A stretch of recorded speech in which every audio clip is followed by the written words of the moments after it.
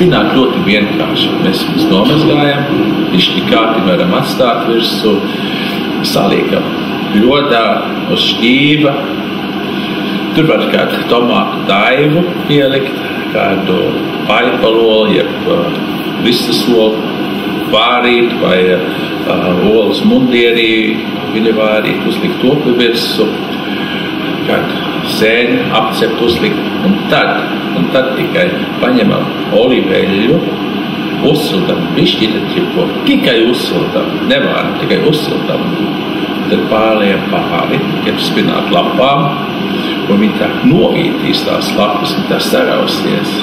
Un es nevaru iedomāties, kas var būt garšīgāks, vienkāršāks, labāks, veselīgāks par šo.